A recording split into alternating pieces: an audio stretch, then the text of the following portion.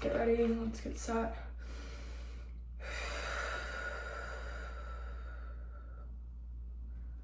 Hello writers and wannabes, welcome back to today's video. I was supposed to say welcome back to the bathtub, wasn't I?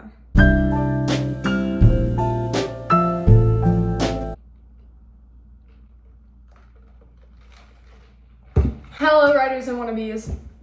Oh, I put the mat book all the way over here. That wasn't a good idea.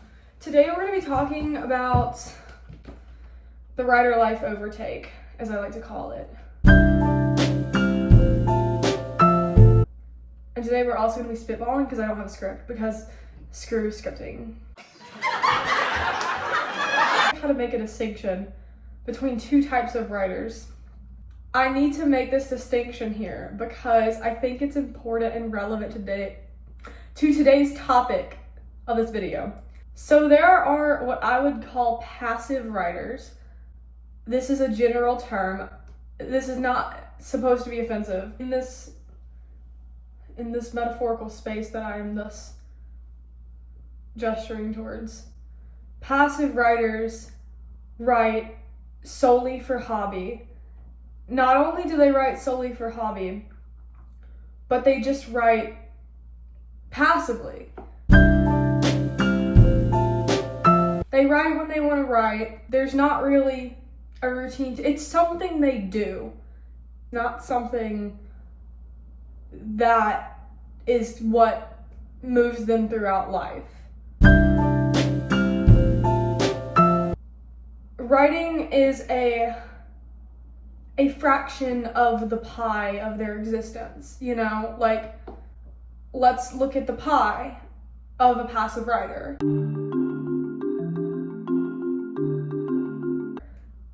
And we have school for being a lawyer. We have law school. We have an athletic career.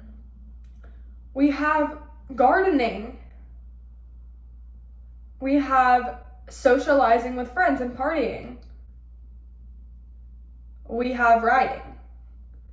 Notice how my quantities are relatively synonymous. Imagine a clock. Okay, that's gonna be really confusing. I think you get the idea. The pie of the passive writer, guys. I wanna ask ChatGPT a question. Definition of passive. Passive means accepting or allowing what happens or what others do without active response or resistance.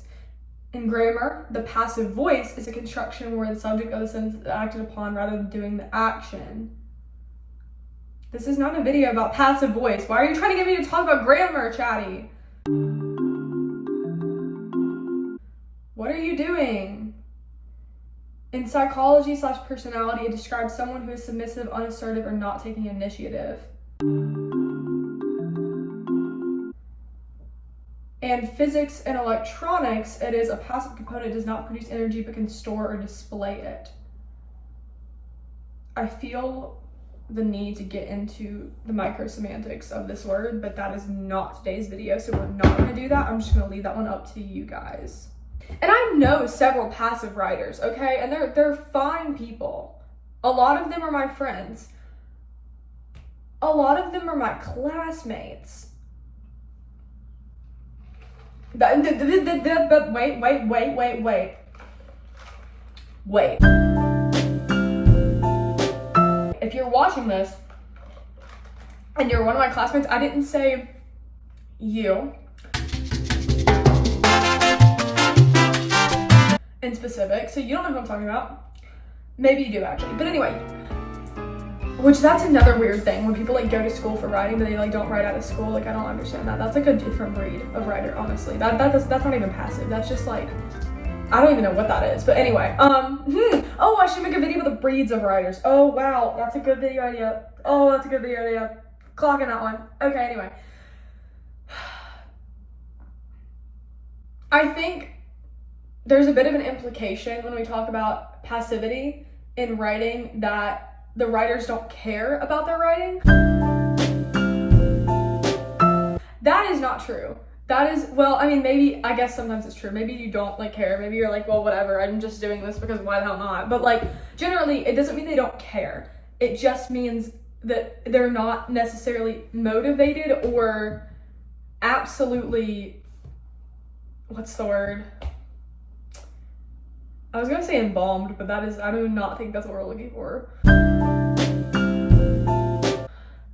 Captivated by their writing, like in the way in which it's something that like acts as like fuel for them. Like it's a like DRUG. I can't say the word because it's YouTube, but like that's the vibe. With, I don't want to call them active writers, that's just dumb, but like, what should I say? What should I call them? What should we be called, guys? What should we call ourselves? One big misconception about this concept is just because you're a passive writer does not mean, no, I lied.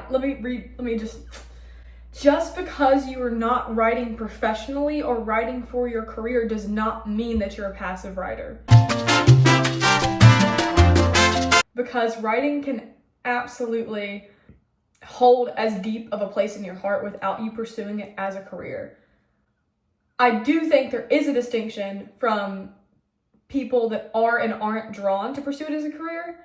And then obviously, like, not everybody's able to pursue it as a career, so like it gets confusing. That all gets very murky. It's not as black and white. I'm definitely not trying to say that you have to be a professional writer to not be a passive writer. What should I call us?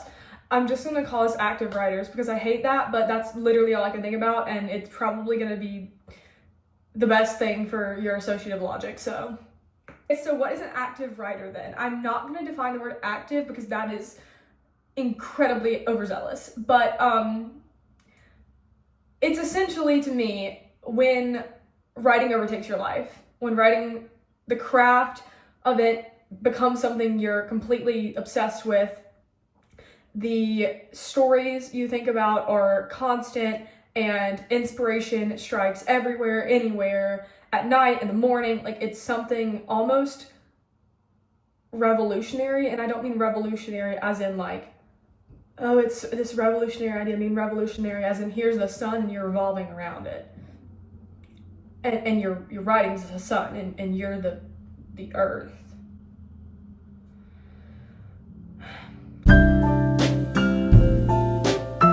Anyway, so we got a caramel iced macchiato today with extra caramel, in case you wanted to know that. So basically, I think there's a point where writing passively becomes writing actively and writing intentionally.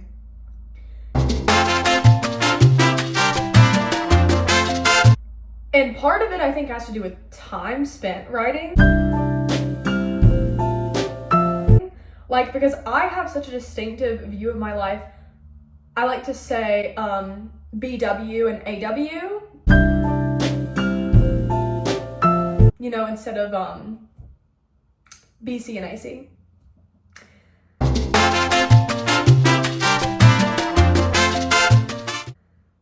Is it even BC and AC anymore? Isn't it like, is it AD? Did they change that?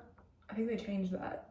Before writing and after writing, because my life looks, whatever, completely different after this like timeline blip of writing. And when I say writing consumes you, I don't just mean writing. I mean your characters, your worlds. Like you'll see them everywhere. You will buy things for your characters. You will make collages. You might have like 165 playlists on your phone. You'll start getting their coffee order. Like it's really a bit alarming at times. I'm not gonna lie to you. This is kind of the point where your friends, your acquaintances, not your real friends, but your like acquaintances, will start to potentially believe that you have lost touch with reality. Point being, it starts to be something that is just fueling what you do. And if you are a professional writer or pursuing writing as a career, this is just amplified, because now not only is it your hobby, is it your passion, it is your job, it is your means of making money, it is what you work on, it is what you play around with, it is probably the source of your pain, joy, sorrow, and elation.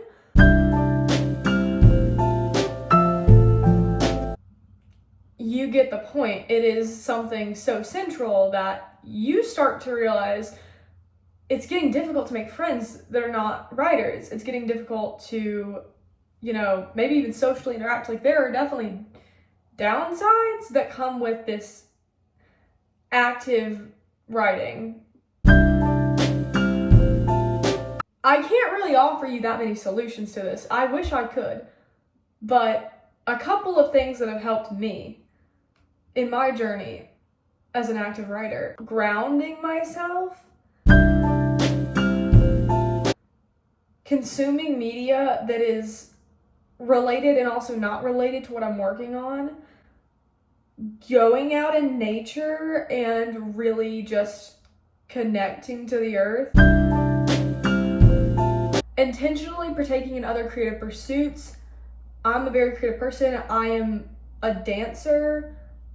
I'm not gonna count songwriting because it's still writing, but like, I'm a dancer. I do some visual art. Obviously, I'm here, guys. Kind of meta now. The video is kind of meta. Anyway, you have to go out and live a little bit, because that's also it's gonna improve your writing, okay? It's going to fuel your writing even more, getting a little bit out of your comfort zone, trying something new, whatever. So that's all I have to say about that. Oh my gosh, there's a spider. It's a small one, but it's kind of scary.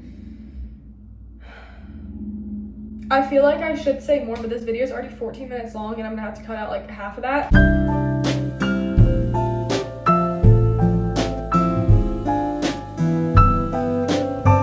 So that's all I really have to say about active and passive writing. Thank you guys for watching today's video. Please leave a like, comment, and subscribe. Make that notification bell go ding ding dong. You know how this is. I hated that with all of my being. Video's over because I want it to be. Oh, thumbnail. I need to make a thumbnail. I need to let me see if I can do something cool. I hate that. Okay, we're done. Bye bye.